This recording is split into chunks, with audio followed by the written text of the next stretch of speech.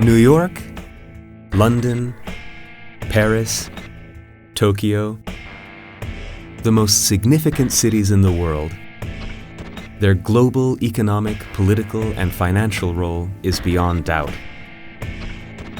At first glance, one might think these are the world's best places to live. But there is a metropolis on the border of Western and Central Europe that has been chosen the best city to live multiple times by an American consultancy. Perhaps many of you will be surprised to learn that this is Vienna, famous for its coffee and Sacher cake and for being the city of emperors.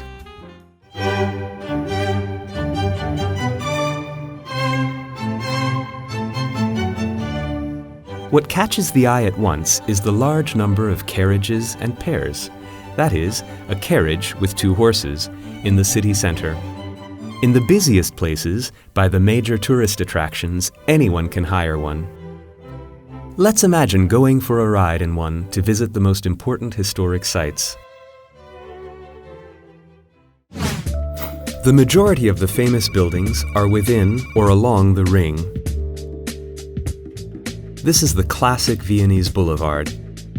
What else could possibly be our first stop than the most significant building in the country, Parliament? There is a Greek-style portico in the front of the building, built in a classical style.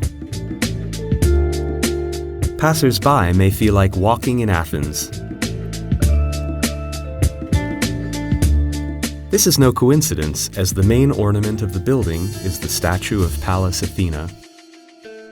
As a matter of fact, this is the sanctuary of democracy. Another important public building is the neo-Gothic style building of the beautiful Rathaus, which is the city hall. The Rathausplatz is in front, the traditional venue of Christmas markets. And the Burgtheater, the Austrian National Theatre, stands on the other side of the square. Not far from here is the bronze statue of Maria Theresia, right in the middle of the square of the same name. Heading a bit further inside the city center, it is just a matter of time until one finds oneself in Stephansplatz. This is one of the main meeting points for the Viennese.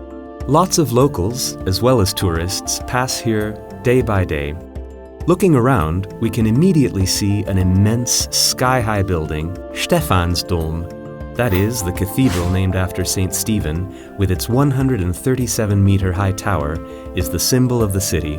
The gigantic church also has a magnificent interior, which is also open for everyday tourists to visit anytime the road takes them that way. Hofburg, the former Habsburg imperial palace, is just a few minutes away by carriage. This monumental building was continuously built for 800 years until 1913. Emperor Francis Joseph once said, "The good emperor practically lives in a passageway." However, the summer residence of the Habsburgs was not in the city center, but in the suburban Schönbrunn Palace. The Baroque-style palace and its gardens are the most well-known tourist attractions in Austria. They draw over 5 million visitors a year. The palace and the gardens are World Heritage Sites.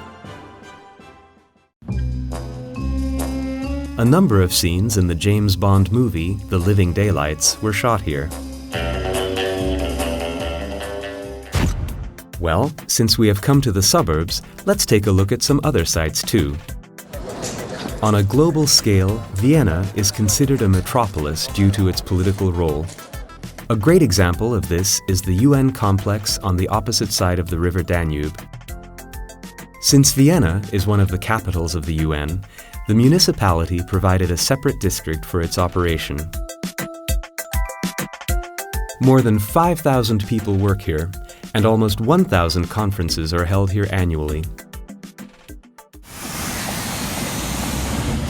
As the city's significance grew, it became impossible to provide housing for the masses of migrants. So, in the 1920s, a massive wave of residential construction began. Giant residential blocks, so-called Hofs, were erected and named after famous people in the labor movement. The largest, and from an architectural point of view the most typical, is the Karl-Marx-Hof. With its length of 1,100 meters, it is the longest residential building in the world today. Leaving the city center further behind, one can find some more interesting Viennese apartments.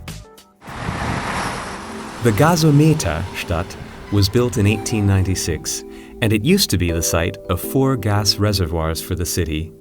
However, in the early 2000s, they were rebuilt. Part of them became residential buildings, the others house offices, shops, and malls, providing lots of opportunities for entertainment. At the end of our visit, we certainly can say that there are many reasons why the Austrian capital has been chosen the best city to live in.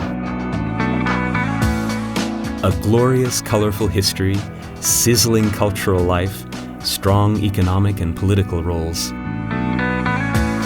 If someone knew the best recipe for becoming a livable and successful metropolis, they are most certainly the Viennese.